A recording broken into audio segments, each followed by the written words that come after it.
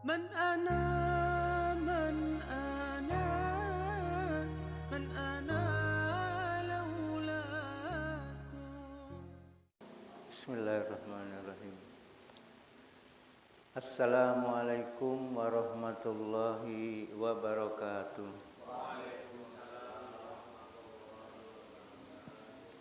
Innal hamdalillah nahmaduhu wa nasta'inuhu wa nastaghfiruh wa na'udzu billahi min syururi anfusina wa min sayyiati a'malina. May yahdihillahu fala mudhillalah wa may yudlilhu fala hadiyalah. Asyhadu an la ilaha illallah wahdahu la syarikalah wa asyhadu anna Muhammadan abduhu wa rasuluh. Allahumma shalli wa sallim ala sayyidina Muhammad wa ala ali sayyidina Muhammad. A'udzu billahi minasy syaithanir rajim. Bismillahirrahmanirrahim. Qul in kuntum tuhibbunallaha fattabi'uni yuhibbukumullah wa yaghfir lakum dzunubakum wallahu ghafurur rahim. Qala Nabiyyu sallallahu alaihi wasallam, may yuridillahu bihi khairan yufaqihu fiddin. Shadaqallahul azim wa shadaqa rasulul karim.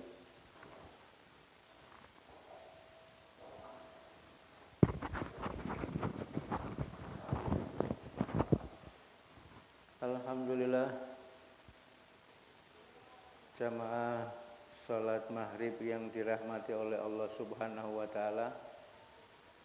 Marilah kita senantiasa panjatkan puji syukur kehadirat Allah Subhanahu wa taala atas segala karunia nikmat yang Allah telah anugerahkan kepada kita semua.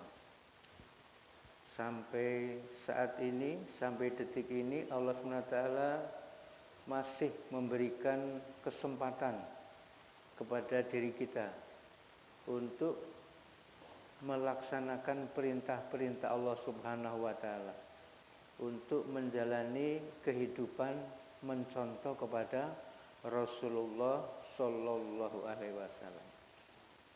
Ini adalah satu hal yang paling besar dalam kehidupan kita. Maka ketika Allah Subhanahu wa taala mudahkan seseorang mentaati perintah-perintah Allah Subhanahu wa taala, sesungguhnya dia telah melakukan suatu hal yang paling besar dalam kehidupan. Tidak ada hal yang melebihi besarnya, pentingnya seseorang mentaati perintah Allah Subhanahu wa taala. Sebagai contoh, seseorang yang melaksanakan aktivitas, sebetulnya itu aktivitas semua makhluk hidup. Contohnya, makhluk hidup itu makan dan minum. Maka orang Islam juga makan dan minum untuk mempertahankan kehidupannya. Orang non-Islam juga makan dan minum. Dan bahkan hewan pun juga makan dan minum. Tumbuh-tumbuhan juga makan dan minum, karena itu memang tanda-tanda ciri-ciri makhluk hidup. Akan tetapi orang yang beriman itu tidak hanya sekedar menghilangkan lapar, menghilangkan haus. Orang yang beriman, aktivitas makan dan minum itu ketika diniatkan melaksanakan perintah Allah SWT. Dalam Al-Quran disebutkan, kulu wasrobu walatusrifu, makan dan minumlah dan jangan berlebih-lebihan. Ketika seorang yang beriman, aktivitas makan dan minum yang merupakan aktivitas makhluk hidup semuanya, kemudian dilandasi niat melaksanakan perintah Allah SWT, sehingga menjadi sesuatu yang sangat penting, sangat besar, sangat mulia, sangat agung.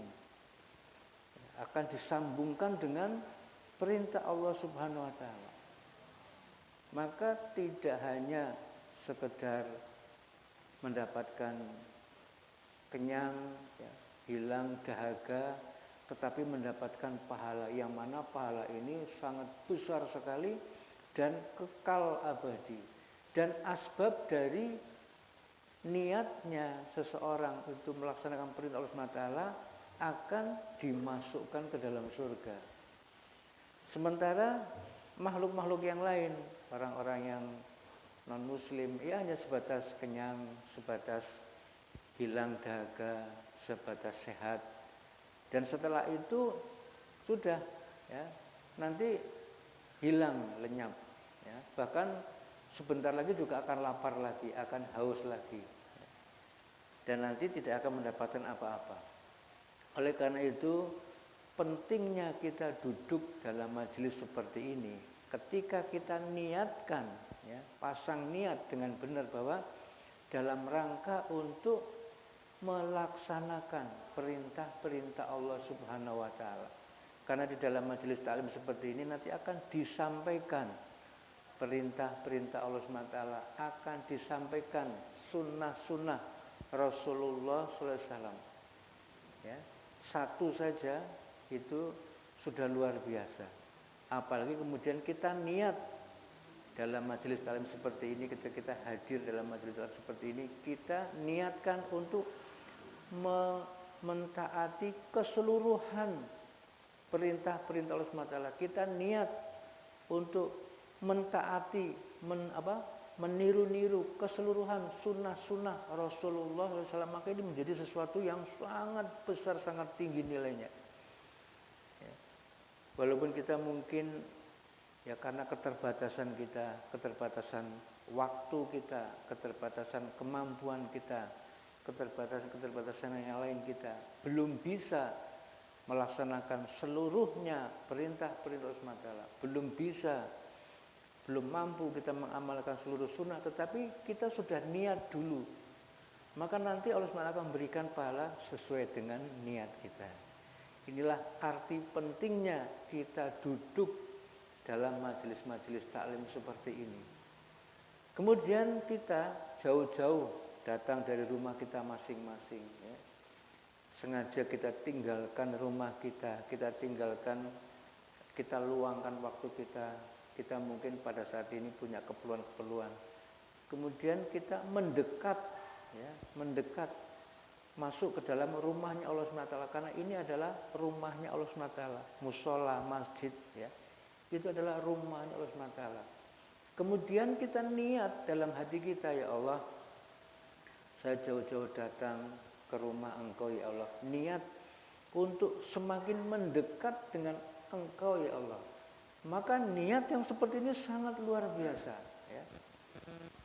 Siapapun yang dekat, ya, misalkan dekat dengan seorang pejabat, kita dekat dengan bupati, dekat dengan gubernur, ya, maka akan mendapatkan fasilitas, akan mendapatkan kemudahan. Ketika ada urusan-urusan sulit, kita mudah karena kita dekat. Apalagi seseorang dekat dengan Allah, maka datangnya kita ke sini sengaja jauh-jauh dari rumah kita, dari tempat kita masing-masing, kita mendekat. Kemudian kita niat mendekat Allah SWT, maka nanti Allah akan dekatkan kita. Dan tidak ada orang yang lebih beruntung dari orang-orang yang didekatkan kepada Allah SWT. Dan begitu banyak lagi keuntungan-keuntungan seseorang yang duduk dalam majelis taklim, menghadiri majelis-majelis taklim. Belum lagi kalau kita niat untuk menuntut ilmu agama.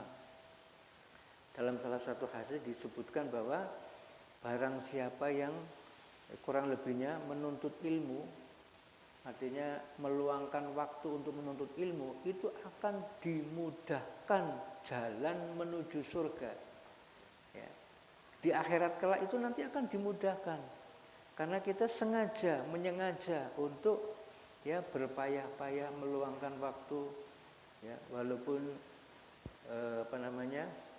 kita punya banyak kepentingan, kemudian kita luangkan, itu akan dimudahkan nanti jalan menuju surga. Padahal semua orang itu menginginkan untuk bisa masuk surga dan tidak mudah masuk surga, tidak mudah.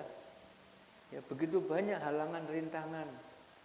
Ya, jembatan Shiratal Mustaqim itu lewat itu saja sudah banyak yang berguguran. Karena begitu jauhnya, begitu dalamnya, dan begitu tajamnya Shiratal Mustaqim. Tetapi orang-orang yang ketika di dunia memudahkan, gampangke ya, dirinya untuk duduk dalam majelis-majelis taklim, itu nanti akan dimudahkan. Ya, betapa bersyukurnya, betapa bahagianya. Mudah-mudahan kita mendapatkan semua fadilah-fadilah dari majelis taklim seperti itu.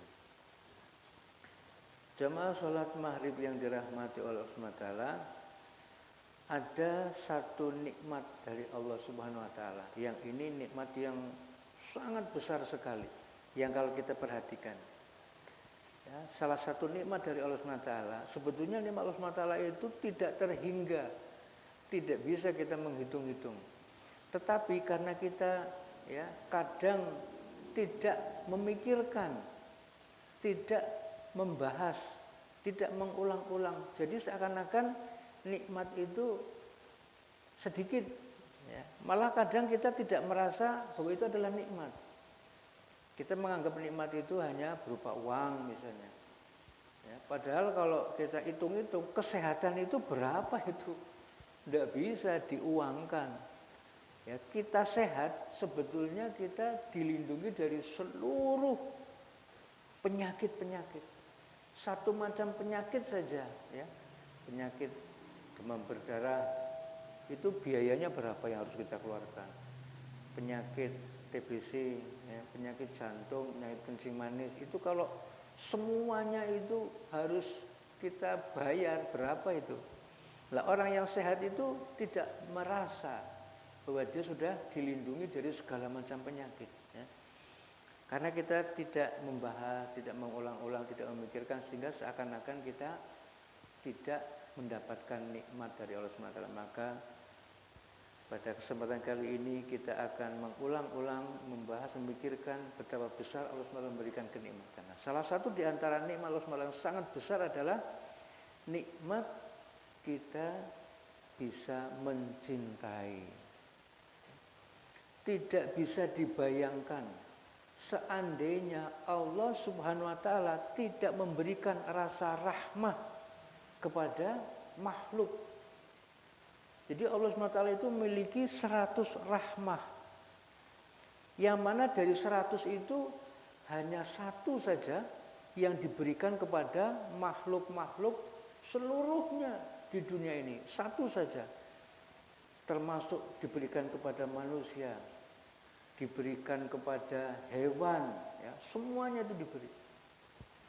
Sehingga dengan rahmah, satu rahmah yang Allah berikan ini, seekor kuda itu tidak tega untuk menginjak-injak anaknya. Ya, anaknya masih bayi itu tidak tega diinjak-injak.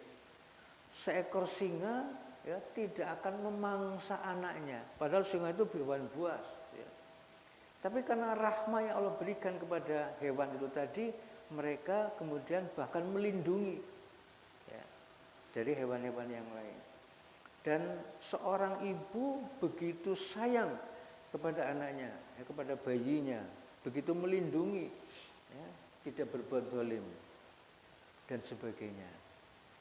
Seorang laki-laki bisa mencintai seorang wanita, ini karena rahmah yang Allah berikan kepadanya. Seandainya Allah tidak memberikan rahmah, seperti apa? Ya, tidak ada kecintaan. Nah, sudah, wanita itu kaum yang lemah, ya, laki-laki itu kaum yang kuat. Wah, enggak tahu nanti seperti apa. Ya, seorang istri juga mencintai suaminya. Biasanya seorang ibu itu, seorang istri begitu melayani, punya sifat melayani. Ya, kalau kemudian Allah tidak memberikan rasa rahmah kepada seorang istri, enggak mau melayani, seperti apa nanti bapak-bapak ini? Seperti apa nanti anak-anak? Ya. Nah, inilah begitu besar nikmat Allah SWT. Satu, rahmat ini Allah berikan kepada seluruh, dibagi-bagi kepada seluruh makhluk, itu aja udah luar biasa. Bahkan saya pernah melihat seseorang yang memvideo, jadi ada seekor macan, dia menerkam hewan yang namanya babon, ya.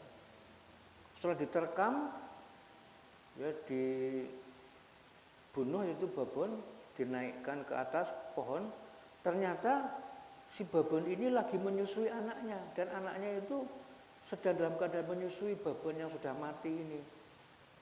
Kemudian dengan rasa rahmat Allah berikan kepada hewan ini, padahal ini hewan buas. Padahal apa sih itu ya? Tahu apa itu hewan buas? Memang instingnya yang memangsa. Begitu melihat anak babon yang masih menyusui, tiba-tiba berubah. Ya, harusnya kan diterkam sekalian itu si anak babon itu enggak. Kemudian dipeliharanya, dilindunginya sampai kemudian menjadi besar.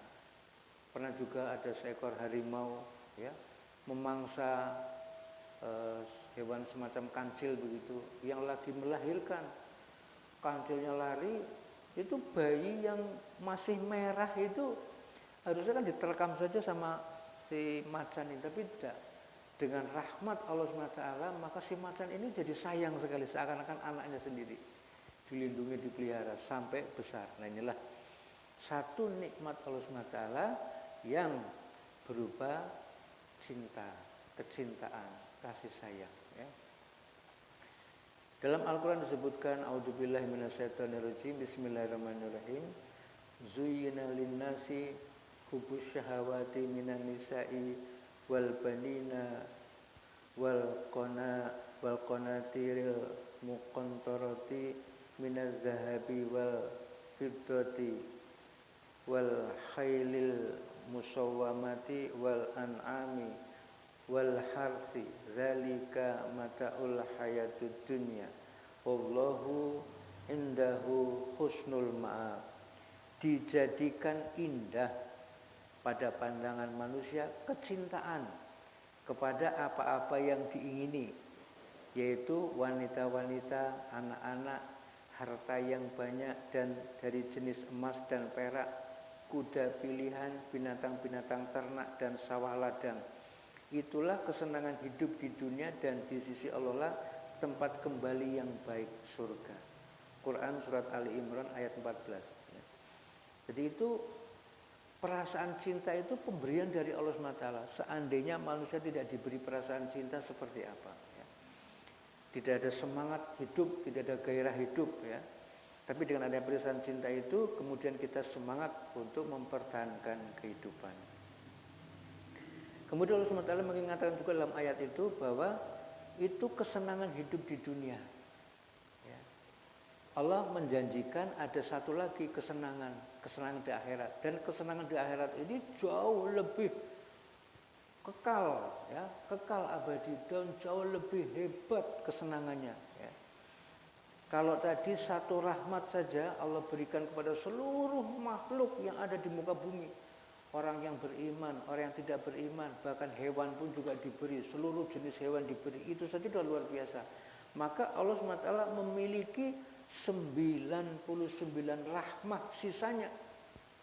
Dan nanti akan diberikan khusus kepada orang-orang yang beriman saja. Satu saja sudah luar biasa di dunia ini. Apalagi 99 rahmat ini akan diberikan khusus. Bukan diberikan kepada orang yang tidak beriman, khusus hanya orang yang beriman, ya, hanya manusia saja. Maka luar biasa. Dan itu diberikan kepada orang-orang yang ketika di dunia memiliki keimanan yang sempurna di sisi Allah Subhanahu wa Ta'ala. Jamaah salat maghrib yang dirahmati oleh Allah Subhanahu wa Ta'ala.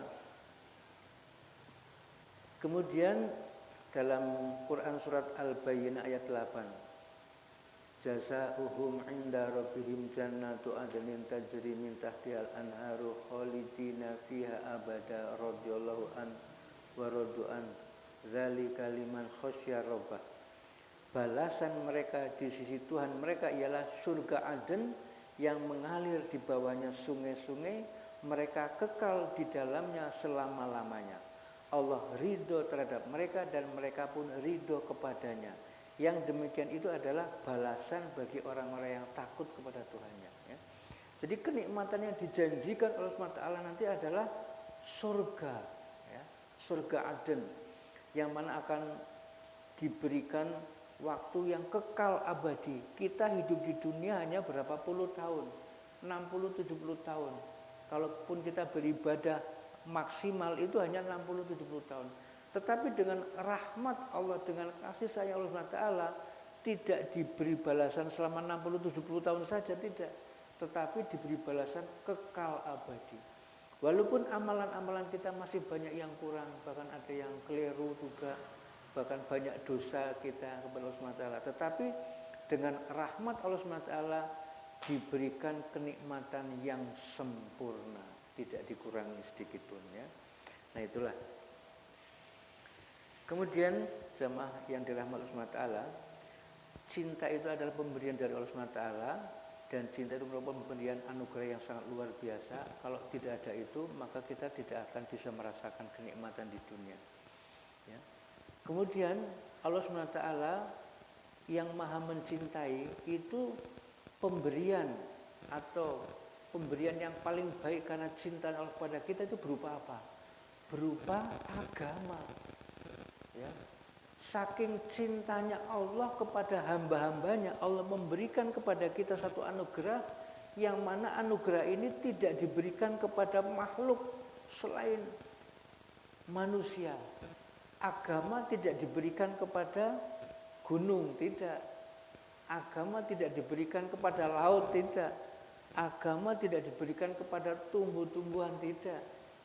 Agama tidak diberikan kepada hewan, mosok hewan punya agama, tidak. Bahkan agama tidak diberikan kepada semua manusia. Tidak semua manusia mendapatkan agama Islam, masih sedikit sekali.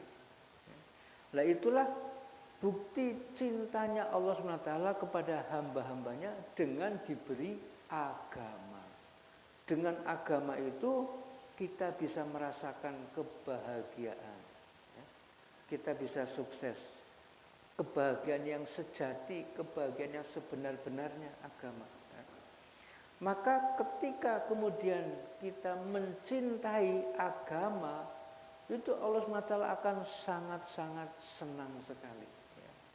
Allah SWT akan memberikan kepada kita, ya, kenikmatan yang sempurna. Karena agama ini adalah kenikmatan yang tidak ada kenikmatan melebihi daripada kenikmatan agama. Lah kok manusia yang sudah diberi kecintaan ini mengarahkan kecintaannya kepada hal yang benar. Sebetulnya semua diberi kecintaan, khususnya manusia diberi kecintaan. Hanya saja tidak semua manusia meletakkan kecintaannya ini kepada sesuatu yang membawa keuntungan bagi dia. Ada manusia yang memanfaatkan kecintaannya untuk harta. Padahal harta itu kebendaan, ya, akan hilang, akan lenyap, akan rusak. Nah, ketika kita mencintai harta kita, hartanya kita habis, hilang, udah. Ya, kita tidak punya apa-apa lagi yang bisa mendatangkan kebahagiaan kita. Ada manusia yang meletakkan kecintaannya kepada pangkat jabatan, ya. Udah kalau urusan pangkat jabatan dia cinta sekali sehingga apapun dia kerjakan dengan cara apapun untuk mendapatkan pangkat jabatan. Padahal pangkat jabatan paling hanya berapa tahun? 5 tahun, 10 tahun, ya. Tetapi itu tadi manusia meletakkan pada hal-hal yang tidak bisa menjamin dia, hanya sifatnya sementara. Manusia ada yang meletakkan cintanya kepada sesama manusia yang lain. Padahal yang namanya manusia akan mati. Ketika siapa orang yang dicintanya itu mati, sudah sengsara dia. Mengapa kita tidak meletakkan kecintaan kita kepada yang kekal abadi, kepada Allah Subhanahu wa Ta'ala? Allah kekal. Mengapa kita tidak meletakkan cinta kita kepada Rasulullah Shallallahu Alaihi Wasallam, ya, hamba Allah yang paling dicintai? Kalau kita meletakkan cinta kita kepada hamba yang dicintai Allah, maka kita akan dicintai Allah SWT. Mengapa kita tidak meletakkan cinta kita pada kehidupan akhirat? Cintanya kepada kehidupan dunia. Dunia ini nanti bagaimanapun hebatnya, majunya kayak apa teknologinya, suatu ketika akan hancur, akan kiamat. Kalau udah kiamat sudah habis. Ya. Kenapa kita tidak mencintai kampung akhirat yang kekal abadi? Ya. Oleh karena itulah maka saya mengingatkan khususnya kepada diri saya sendiri dan juga kepada saudara-saudaraku semua, marilah ya kita manfaatkan, kita syukuri nikmat cinta ini untuk sesuatu yang pasti mendatangkan kebahagiaan buat kita. Kita mencintai Allah, mencintai Rasulullah, mencintai umat Islam, mencintai agama, mencintai amal-amal agama. Ketika kita kemudian mencintai itu semua, maka akan mendatangkan kebahagiaan. Dan kebahagiaan itu akan kekal abadi. Ya. Ini yang menyebabkan kita itu menjadi ringan. Mengapa orang itu susah mengamalkan agama, merasa berat mengamalkan agama, ya. Merasa repot mengamalkan agama? Karena dia tidak mencintai, ya. Dia belum mencintai amal agama. Contohnya, orang kalau sudah jatuh cinta itu sudah luar biasa. Seorang tua, kakek-kakek, ya, bahkan sakit-sakitan, sudah lemah tenaganya, tetapi hatinya betul-betul mencintai kepada sawahnya, betul-betul mencintai kepada ladangnya. Itu walaupun sudah sepuh, sudah lemah, bahkan sakit-sakitan, panas hujan, rasanya enteng saja. Berangkat ke sawah, ya, setiap hari berangkat, bahkan hujan, kepanasan dan sebagainya. Kenapa? Karena ada cinta di dalam hatinya. Jadi rahasianya di situ ternyata. Ya. Nah, mengapa kita kok kemudian merasa berat terhadap amal-amal agama ini? Kenapa kok mendengar azan kok rasanya nggak suka, ya? Dengar pengajian kok rasanya males, ya? Hadir pengajian kok rasanya sungkan wegah? Karena belum ada kecintaan. Ya. Dan kecintaan ini sudah Allah berikan pada diri kita, tinggal kita letakkan pada sesuatu yang Allah ridho. Ketika kemudian kita letakkan cinta kita pada Allah Subhanahu wa taala, kepada Rasulullah, hamba yang dicintai Allah, kepada hal-hal yang Allah ridho, maka segala-galanya itu akan menjadi nikmat, ya. Akan ringan, ya. Dengar azan senang, berangkat ke masjid karena kita cinta. Berangkat ke masjid senang, ya. Kemudian hadir di pengajian itu senang, baca Quran, zikir senang. Semua amal-amal agama ini akan bisa kita kerjakan dengan senang hati karena kita sudah cinta. Oleh karena itu marilah, ya, hendaknya kita mensyukuri nikmat yang Allah telah berikan pada diri kita, yaitu nikmat kecintaan, rasa cinta ini untuk hal-hal yang diridhoi SWT. A'udzubillahi minasyaitonirrajim. Bismillahirrahmanirrahim.